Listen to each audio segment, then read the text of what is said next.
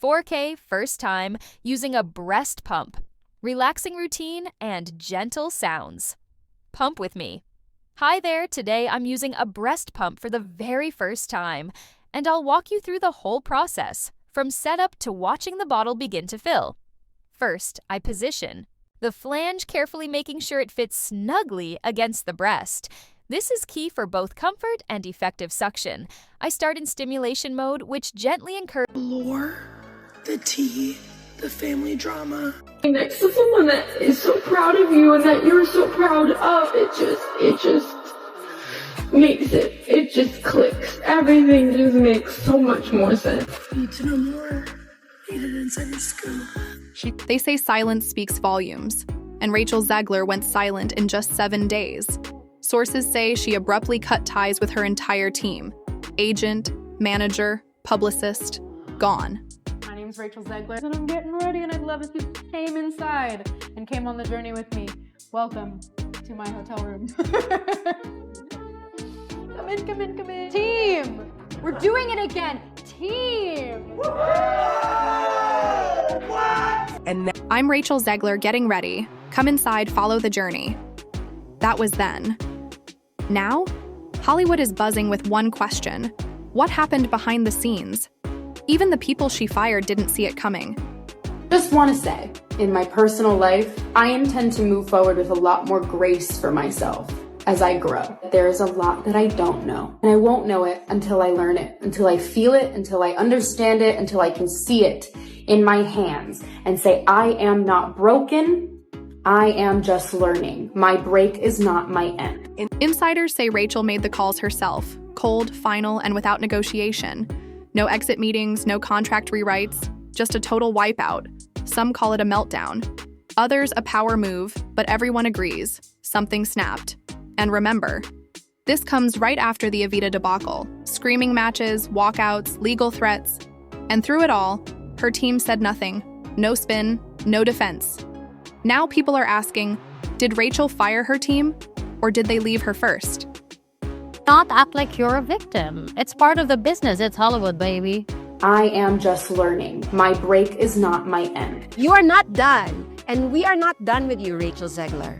One source says her agent was quietly shopping her around behind her back. Another claims her manager privately called her unmanageable. And her publicist reportedly warned her that going to war with the Evita cast could end her career. That's when the dominoes fell. They'll be studying this interview in PR classes for a very long time. This is the interview that started the I hate her, I'm not gonna watch this movie movement. Rachel's done playing nice, done listening to advice. According to one insider, she's not just burning bridges, she's nuking the entire industry. But this isn't the end of the story, because what happens next might be the end of her career. Exactly, an apology video. It doesn't feel like it's an apology video. Should she apologize? I think if she came off a little bit more apologetic for the not so great interviews, for the cringy, unprepared things that she said on interviews, maybe it would appease more people. It started on a quiet Tuesday. Her agent, the one who landed her West Side Story in Disney, was suddenly gone. Her name vanished from the agency's site. Just hours later, whispers started. Rachel dropped her rep. Then, 2 days later, it happened again. There was an in-depth piece, like a behind-the-scenes piece, talking about how they've been in a full meltdown about this girl for a couple of years now. They flew an executive, one of the producers, out to go visit personally with Rachel Zegler to say, could you please take that down? And then they had to hire a special media consultant for her to follow her around all the time and make sure she didn't continue. This time it was her manager, the one who'd been with her since day one. Sources say Rachel blamed him for the Evita chaos, accused him of letting her walk into a disaster unprotected. But the most shocking move? She fired her publicist, the person whose job was to manage the crisis. That's when industry insiders started to panic.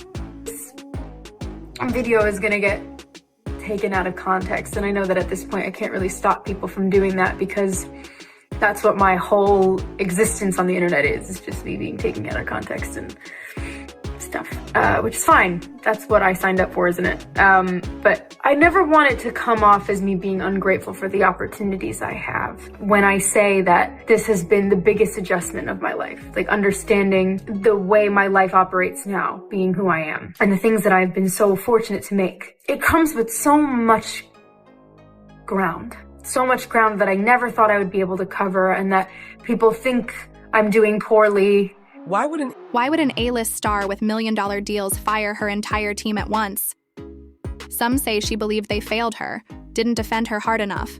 Others point to something darker, an alleged leaked group chat where her own team reportedly mocked her. Terms like PR nightmare and too emotional to manage were thrown around. People are putting it down to the lead of the film, Rachel Ziegler's slightly strange PR and communications strategy. Jackie, what can our viewers and listeners expect? Well, I don't think she's got a strategy for starters. I think they just leave that in the past. What was their motivation behind doing this? And why is Rachel Ziegler allowed to just skip off piste with her own messaging and really upset the apple? Whose fault is it? Is it Rachel's? Is it Disney's? Brilliant. We discuss this and so much more. It's Rachel Ziegler. True or not, Rachel acted like it was. And just like that, her entire inner circle was gone. But here's the twist. One of them didn't go quietly. And what they leaked next, it changed everything.